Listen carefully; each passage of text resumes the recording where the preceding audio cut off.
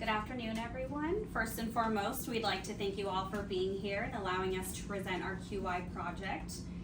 We are here to talk to you about hospital-acquired pressure injuries. I am Connie. I'm Sophie. I'm Salon. I'm Emily. And I'm Jackie. And we're going to go ahead and talk about hospital-acquired pressure injuries, better known as HAPI.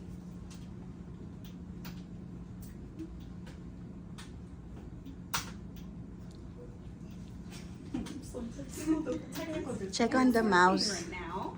Press on the mouse. Yeah. Press on the picture. Yeah. Should we start over? No, you're good. So our team, we are Nevada State Nevada State University soon-to-be graduates, and we have attended numerous facilities, numerous hospitals within the Las Vegas Valley, including Centennial Valley, UMC, Henderson, just to name a few. And our project concentrates on skin assessments and enhancing the standard of patient care on the 1400 unit.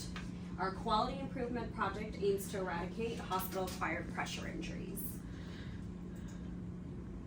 So our overview is using a system of charting and documentation in the 1400 unit to eliminate the incidence of hospital-acquired pressure injuries.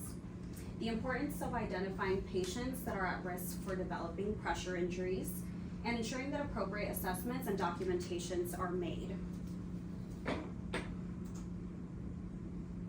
Our problem statement.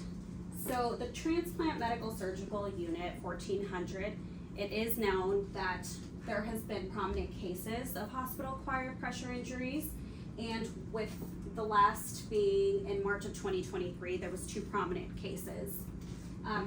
The problem statement for us lies within the potential causes that could be causing HAPI, which could be lack of adequate skin assessments and documentation protocols for areas with removable medical devices, as well as lack of prophylactic interventions that can reduce the mechanical load on our patients by frequent turning and repositioning what we know as Q2 or doing our roundings. That way we can offload or unload the mechanical load for our patients. So now that we have our problem statement, we want to move into the protocols. So after these 2 prominent cases happened, some of the protocols in place became that charge nurses and RNs along with the CNAs would ensure that any patient with removable devices would have those removed and assessed according to the skin policy on the med surgical unit.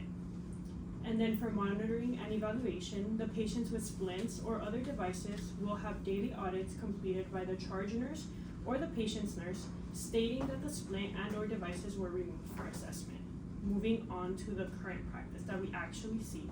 So whether skin assessments are being performed or not, there's no proper documentation to provide proof of these assessments. And for patients with medical devices, there's a lack of documentation procedures and daily audits being completed and or charted to prove that they're being done. So moving in, we did some evidence-based practice research and found multiple articles just on the importance of preventing these ulcers because again, these cases are preventable. So in an article by the Journal of Wound Care, traditional medical devices interfere with vulnerable skin and soft tissue that is frequently associated with HAPIs. These increase the risk of potential life-threatening infections such as sepsis. They increase the length of hospital stays, and they use more resources such as time, products, money. They cause pain and scars that alter body images and reduce the quality of life. Okay, so a guideline released by the Joint Commission states, risk assessment is an essential component of clinical practice that aims to identify individuals who are susceptible to pressure injuries. So this allows proper planning and implementation of interventions for each individual. So some risk factors that may lead to this is age, gender, BMI, and multiple comorbidities, which are like diabetes, cardiovascular diseases, or history of pressure injuries.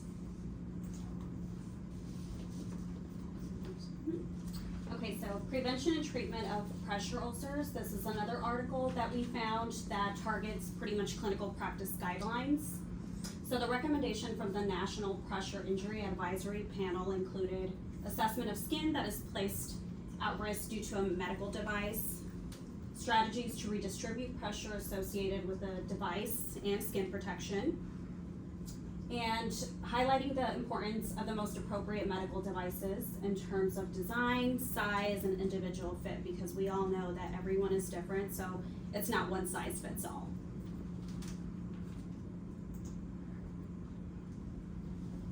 This journal was conducted by the Virginia Commonwealth University Health System. According to their data, HAPI affects 2.5 million patients annually in the United States, and it costs approximately 11 billion per year. And the average cost per patient is 230,000 approximately. And to prevent it, it only costs 10% of the treatment cost, which is around 23,000. So some of the measurement they did to prevent HAPI was rotating device every 24 hours, frequent assessment documentation, and not leaving device under the patient after repositioning. Doing those interventions within 8 years, they were able to decrease the prevalence of HAPI from 33.1 to 25.7.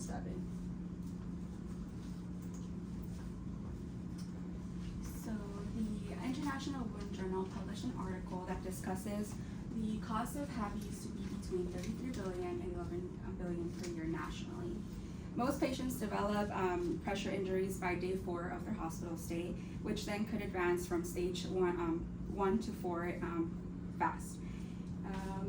About 59% of these cause from stages 3 and 4 full thickness wounds, which occupy more clinical time and use more hospital resources. And by resources, that also means money that no one wants to spend. Mm-hmm. An article by Agency for Healthcare Research and Quality states that planning care is an essential quality. Plan of action needs to be based on the assessment data gathered, but must be adaptable to changing needs. Use or create a system that makes care planning more streamlined by linking to an assessment task. So this leads into our recommendations.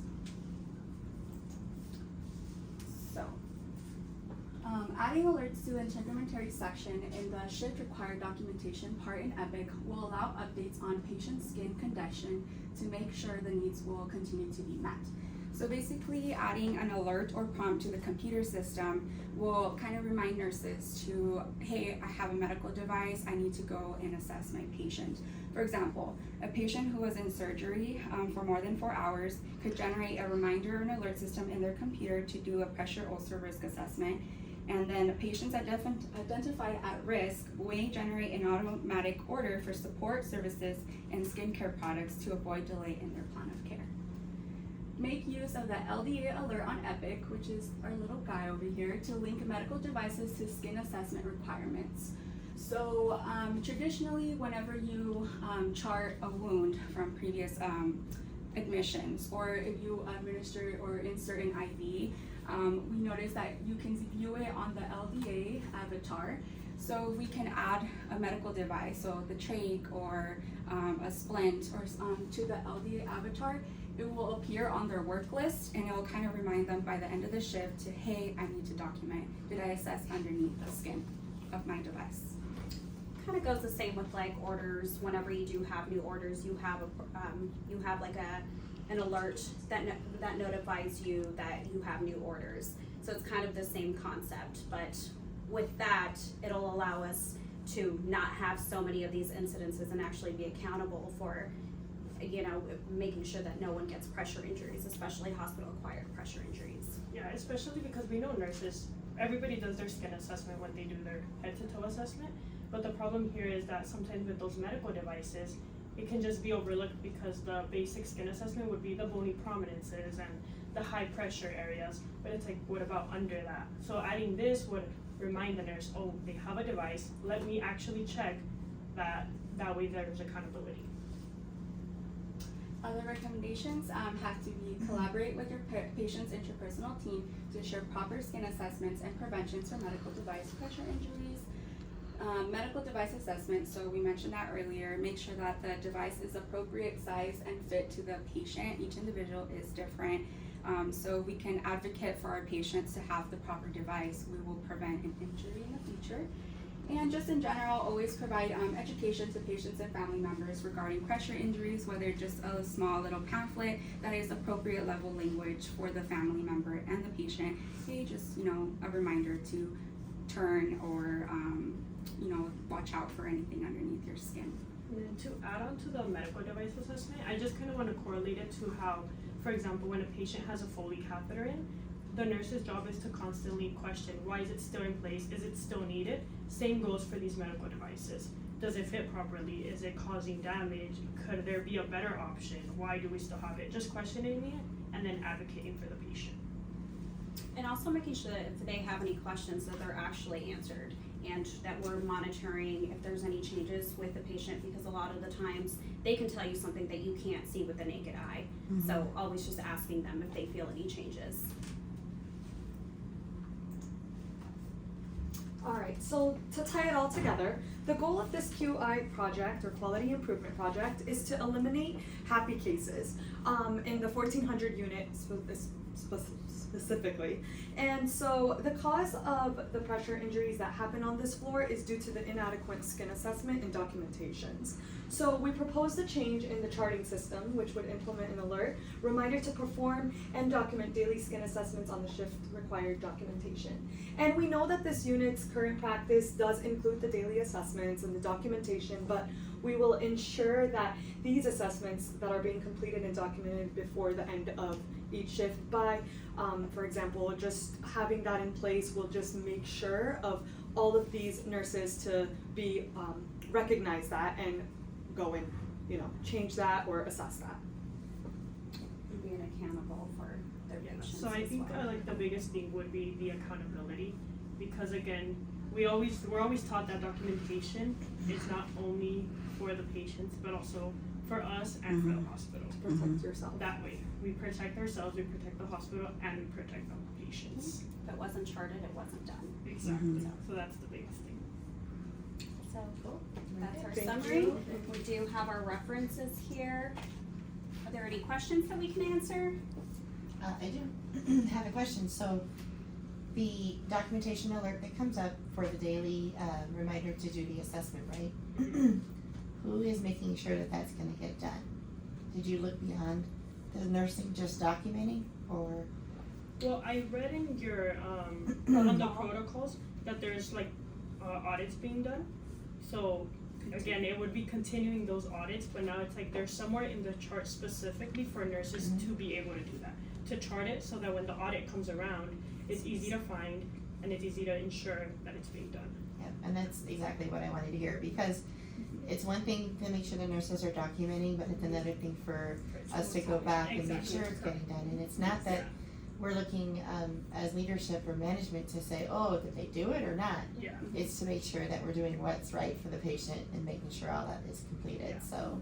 Because again, like I just want to restate, we know that you guys have the appropriate guidelines using the Lippincott. You guys did the reteaching after these events. So it's not that you guys are lacking the knowledge or the information. It's more of just providing a way to implement that and making everybody accountable. And because we know that nurses are super busy on the floor.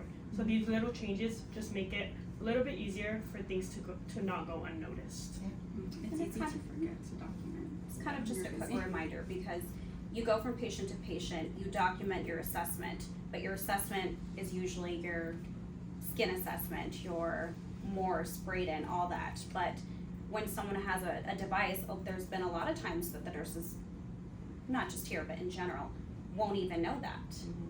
So that's kind of where like the alert is there. You know your patient has something before you even go in the room. Because if you check your chart, or if you get like your S-bar from another nurse, they can easily just mention that. And then you know that you'll have something to chart, and even if you do forget, there is an alert there. That will So you know. brought up earlier about the Foley catheter being a medical device. That would be an equipment-related medical device that you could give, the patient could give themselves a stage 1 or whatever. Yeah. But also same thing with like oxygen tubing. Yeah. You kind of Radiation, forget that yes. that's something that That can can be cause, removed yeah. and So I agree, so very good. Very good. Any other questions? Thank you so much. On behalf of our group, we'd like to thank you again. You guys all have busy schedules, so thank you very much.